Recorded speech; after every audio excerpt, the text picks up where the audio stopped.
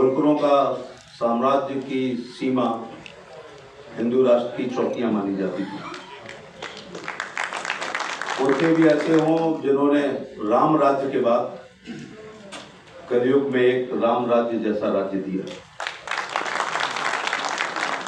उनके भी ऐसे हों जिन्होंने केवल मंदिरों का निर्माण नहीं कराया, अपने दिल्ली गवाह है, अपने राज्य से बाहर कश्मीर से लेकर कन्याकुमारी और कच्छ से लेकर कामरूप तक उस समय की जरूरत के अनुसार कुएं, बावड़ियां, धर्मशालाएं। दिल्ली गवाह है कि ये जो पहाड़गंज के सामने पचकुइया मार्केट है, ये 5 कुएं अहिल्या जी जब कुरुक्षेत्र सूर्य ग्रहण में स्नान करने के लिए जाती थी तो ये 5 कुएं बनाए हैं जिसमें ये कभी भी जीवित है। तब हमारी जिम्मेदारी और भी बढ़ जाती है कि हम जयंतियों को मनाएं।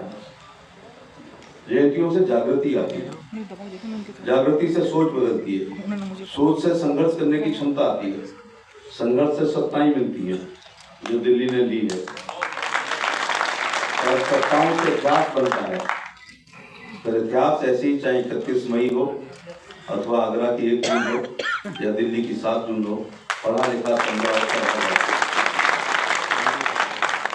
और ये जो टूटे हुए मंदिर हैं, ये अहिल्या जी को अगर विरासत में मिले हैं तो उस समय के 542 राजवंशों को भी मिले। मैं नहीं कहता कि उन्होंने चौरंगी नींव लगाई होगी, लेकिन मिशन मोड में नहीं काम किया। और ये 12,776 में सभी ज्योतिर्लिंग हैं। त्र्यंबकेश्वर हो, कृष्णेश्वर हो, ओमकारेश्वर हो, भीमाशंकर हो, उत्तर में कैलाश, केदारनाथ हो, तो दक्षिण में रामेश्वरम हो, तो श्रीशैलम मल्लिकार्जुन हो, महाकाल हो, माता के सबसे प्रिय काशी विश्वनाथ हो, वैद्यनाथ हो, सोमनाथ हो, नागेश्वर हो। सारे ज्योतिर्लिंग पर विधायक जी बता रहे थे कि नासिक गए तो उनको एलोरा की गुफाओं में शंकर जी मिले जो अहिल्या जी ने पुनर्जीवित किया। हमारे पुरखों का श्राद्ध गया जी में होता है। मैं गया जी गया तो उस दिन 12 लाख लोग थे। मंत्री होने के बाद बैठने की जगह नहीं मिली थी पूजा की। पंडित जी ने कहा थोड़ा दूध बचा के रखिएगा, अहिल्या जी पे चढ़ाना है।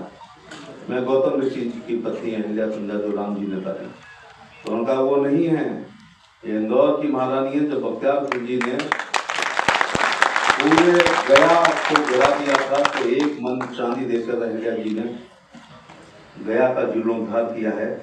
तो 12 लाख लोगों में जो 12,000 पंडे हैं, हमारी रोजी रोटी अहिल्या जी की वजह से चलती है। ये मंदिर में ये उनके कार्यकाल के टूटे हुए नहीं है, लगभग 500 साल पहले से टूटने शुरू हो गए। 1192 हमेशा याद रखना, ये बड़ा दुर्भाग्य वाला साल है। पृथ्वीराज चौहान को छल से मोहम्मद गोरी ने हरा दिया, उसी रात पहला मंदिर टूटा है।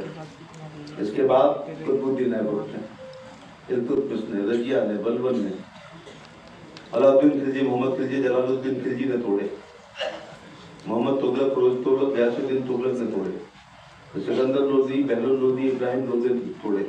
बाबर हुमायूं, अकबर, जहांगीर, शाहजहां होते हुए आगरा के एमपी से ज्यादा औरंगजेब को कौन जानता है कि उसने, उन्होंने, यवनों ने, अंग्रेजों ने, पुर्तगालीज ने, डचीज ने तोड़े। अगर औरंगजेब ने ध्येय बनाकर सतयुग से लेकर द्वापर त्रेता के सभी मंदिरों को तोड़ने का काम किया, तो हमारी मां अहिल्याबाई होलकर ने मिशन मोड में सबको बनाने का काम किया।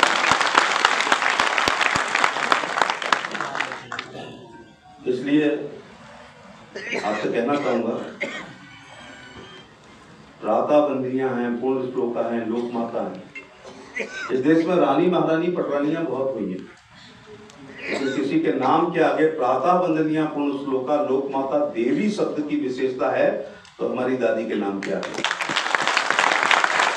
और ये बघेल महासभा ने प्रस्ताव पाठ की उपाधि नहीं दी है।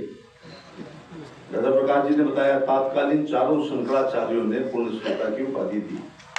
भारत चतुर्द्वापर त्रेता वाला युग, ऋषि महर्षियों वाला युग, दानियों और महात्माओं का देश, इसके बावजूद उनसे पहले केवल 2 लोगों को पूर्ण श्लोका की उपाधि मिली है। युधिष्ठिर जो धर्म के ही पुत्र थे, और राजा नल। महिलाओं में वो अकेली हैं। इसलिए हमारी और जिम्मेदारी हो जाती है कि हम उनकी जयंती को और ज़्यादा से ज़्यादा मनाएं। मैं हमेशा कहना चाहता हूँ कि कभी बघेल माता मत बना देना। 250 साल पहले जो लोक माता थी उनका बघेल माता बना करके कद कम मत करना। लोक माता है, देश की माता है। और मैं केवल ये नहीं कहना चाहूंगा कि अहिल्या जी को ही बघेल माता मत बनाओ। साझा पुरखे जितने हैं उनको जात में मत रसीद लेना। पृथ्वीराज चौहान हो, राणा सांगा हो, राणा प्रताप हो, महर्षि वाल्मीकि हो, भगवान परशुराम हो, महाराज अग्रसेन हो, अवंती बाई हो, चरकारी बाई हो, दक्ष प्रजापति हो, रानी लक्ष्मीबाई है। हर समाज के पास महाराज सूरजमल है। ये हमारे साझा पुरखे हैं। उन्होंने जात के लिए काम नहीं किया, देश के लिए काम करने का काम किया। इसलिए साथियों, होलकरों का चैप्टर अगर 1 मिनट के लिए हटा दें तो याद करो फिर हमारे पास कौन आदर्श पुरुष है। इसलिए हमें इस जयंती को और भी धूमधाम के साथ मनाना चाहिए। इसलिए भी 2 कारणों से मैं मनाता हूं। एक, अहिल्याबाई होलकर के बारे में जो मैंने बताने का काम। दूसरा, एक घटना ना होती तो ना यहाँ मंच पे हम लोग होते, ना सभागार में आप होते। सुनने से पहले क्यों ताली बजाते? वो घटना ये है कि एक लड़का इस देश में सभी राजा रानियों के पेट से पैदा, वो भी ज्येष्ठ पुत्र होता। ये द्वापर से, त्रेता से ये परंपरा है। केवल एक ही राजवंश है जो तलवार से पैदा हुआ है, जो युद्ध से पैदा हुआ है, जो पराक्रम से पैदा हुआ है, जो वीरता से पैदा हुआ है, जो स्वविजित है, जो स्व अर्जित है।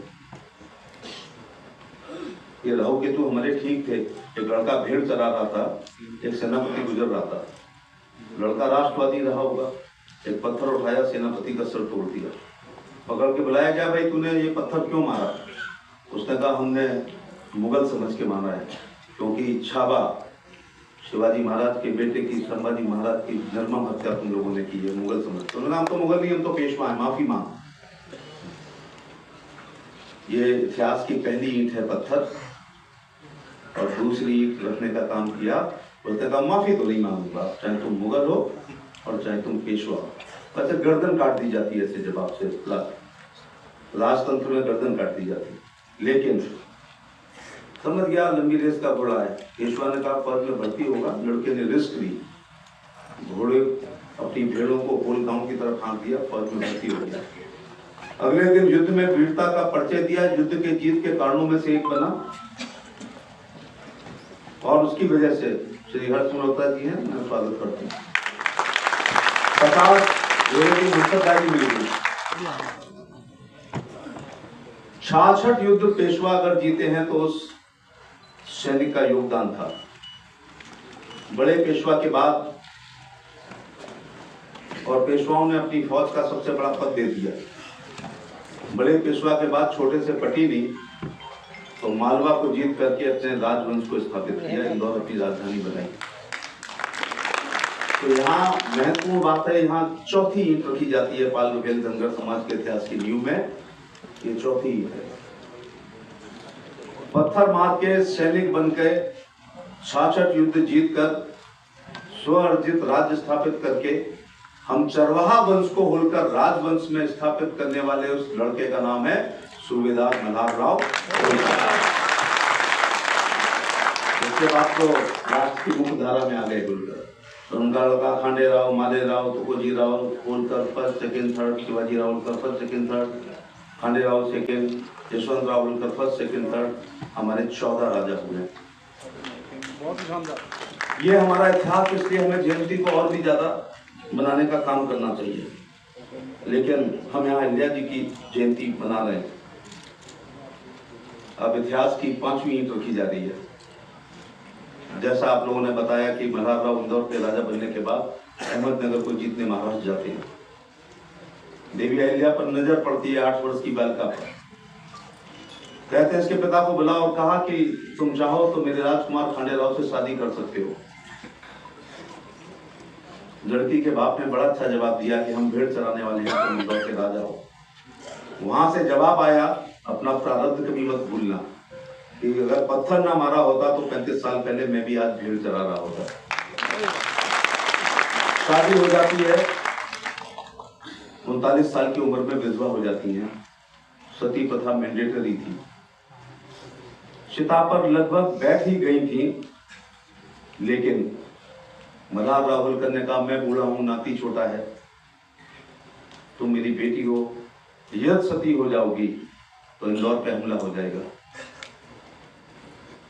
तो आज हम प्रधानमंत्री मुख्यमंत्री के नेतृत्व में महिला सशक्तिकरण पे बहुत सारा काम कर रहे हैं।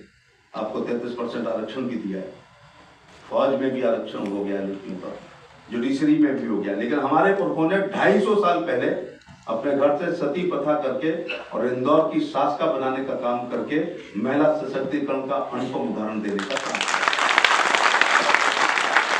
मैं जब फौज का फॉर्म भरता था तो मेरी बहन ने नहीं भर पाया, महिलाओं की एंट्री नहीं थी।